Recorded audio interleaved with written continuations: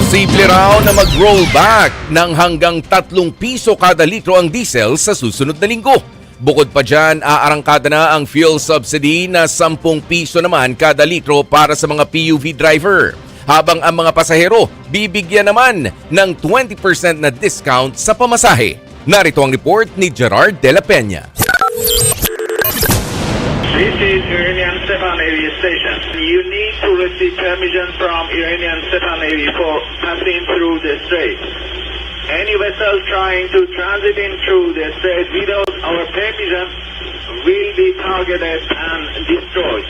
Ito ang mensaheng natatanggap ng radyo ng mga barko na nasa kalagitnaan ng Persian Gulf. Pinabawalan silang dumaan sa Strait of Hormuz at kung magpumilit, pupuntiryahin at wawasakin sila ng Iranian Navy.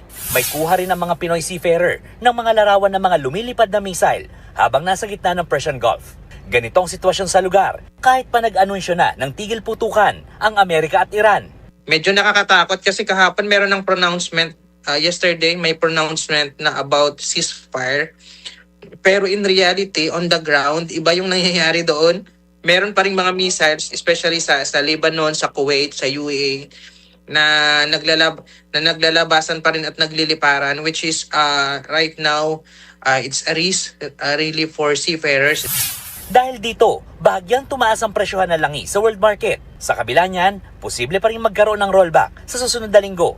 Kung pagbabasehan ng trading mula noong Lunes hanggang Miyerkules, 2 pesos and 50 centavos hanggang 3 pesos and 50 centavos ang matatapyas sa kada litro ng diesel.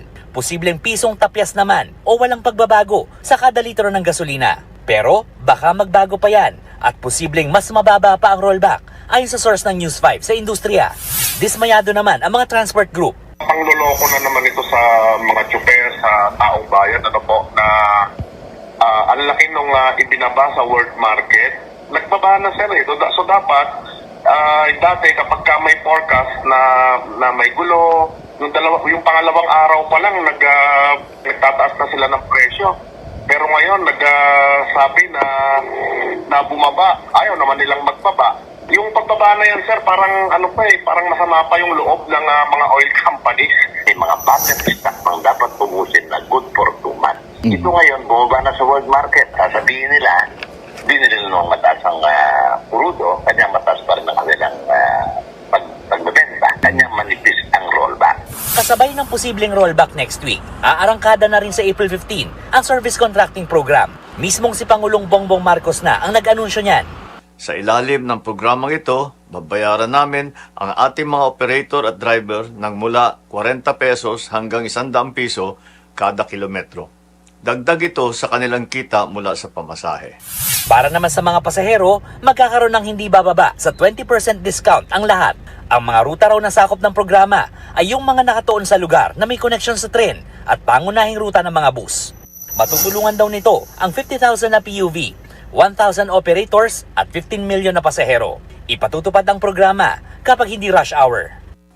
Lahat ng sasali ay may GPS monitoring para naman matiyak na aktwal ang biyahe at maayos ang serbisyo. Patuloy ang biyahe, patuloy ang hanap buhay. Hindi lang yan, magkakaroon din ng fuel subsidy. 10 piso kada litro ang bawas para sa mga PUV. Maximum daw na 150 liters kada linggo sa loob ng 3 buwan. Ang fuel subsidy ay ipapatupad lamang sa mga lehitimong gasoline station na aprobado at minomonitor ng Department of Energy upang masigurong mapupunta ito sa tama at hindi ito maabuso. Sa Metro Manila muna yan unang ikakasa sa susunod na linggo. Uumpisahan sa Commonwealth, tapos Quezon Avenue, Espanya, Zapote, A. Bonifacio, Rizal at Marcos Highway, saka ipatutupad sa buong bansa. Mahalaga ito dahil hindi lang transport cost ang tinutugunan natin. Pinipigilan din natin ang pagtaas ng presyo ng pagkain at iba pang pangunahing bilihin.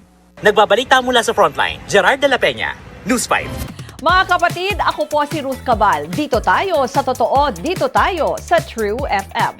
Mag-follow at mag-subscribe din po kayo sa aming social media accounts at True Network PH. Diyan po yan sa aming X na dating Twitter, sa FB, sa Instagram, sa YouTube, sa TikTok at sa mga podcast. At syempre, tutok din po kayo sa Signal True TV Channel 19.